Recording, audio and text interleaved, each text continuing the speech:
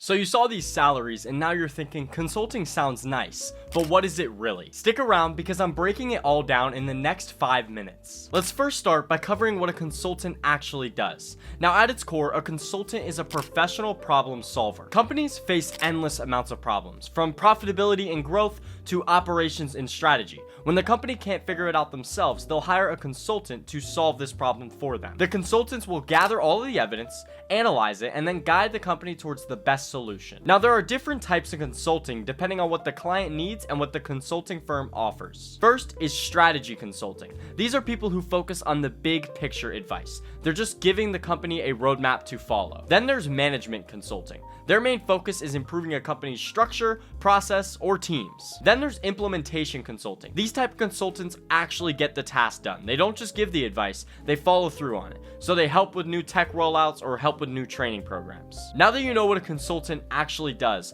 let's look at the 3 main types of consulting firms you could end up at and what you can expect to earn at various levels. Keep in mind that these are just best estimates based on what I found online, so the numbers could vary widely. Number 1 is MBB. This stands for McKinsey, Bain, and BCG.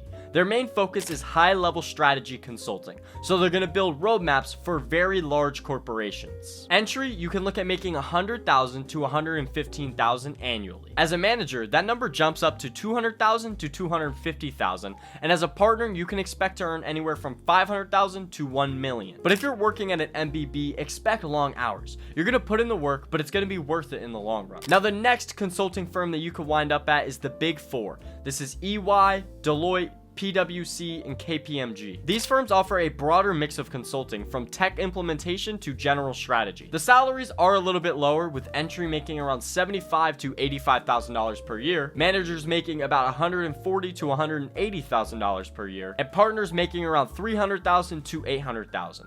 Now you can expect slightly less hours, but they're still going to be very stressful. The work is demanding, but it's slightly more manageable than MBB. Then last is boutique firms. These are very specialized firms. They'll only consult one type of field. For example, a company could specialize in HR technologies. That's it. All they're going to help you with is building out better HR tech. Now, I don't want to give salary numbers because these can vary so widely, so just investigate more with the firms you're actually interested in. Work-life balance is going to depend a lot on culture and office size because these firms are technically a lot smaller. In general, MBB pays the most due to its high level of clients and large roadmaps they build out.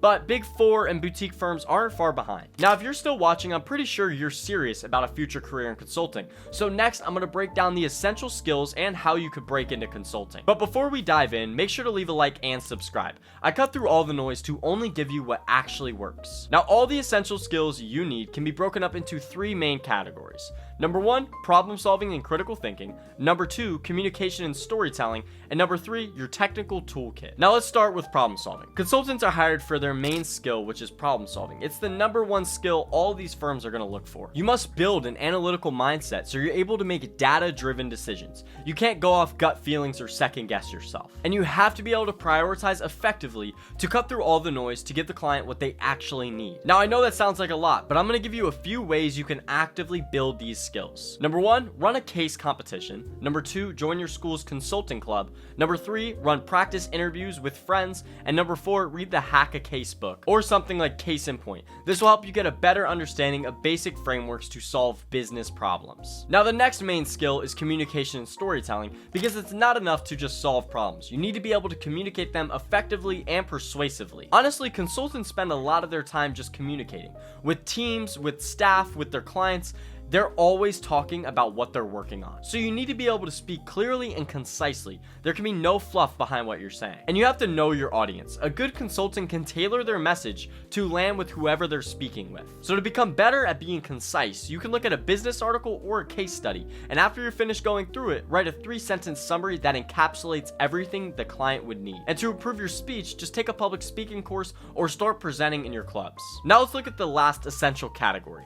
As a consultant, you need to be proficient with Excel and PowerPoint. They are going to be your best friends. Now, you don't need to be a tech wizard, but you do need to have the basics down. In Excel, that means having charts, formulas, and basic data analysis understood. In PowerPoint, you need to learn how to build effective slides so that they're clear and easy to follow. Go watch a free YouTube Excel tutorial. Even just 30 minutes would help you so much. And for PowerPoint, just practice making slides and look at other people's for inspiration. Now let's cover entering a consulting firm and how you can get an internship. There's only two things I need to cover because I'm going to keep it very simple for you. Number one, you need to have good grades, a good resume, and you need to be practicing case prep. You know how to get good grades and you know how to build a good resume. But to practice case prep, you need to go online and find a bunch of free resources. I'll link a few in this description. The second thing you need to understand is networking. You have to make yourself known across these firms, and you have to build your skill set of being able to professionally communicate. If you do those two things and you apply when the internships are actually due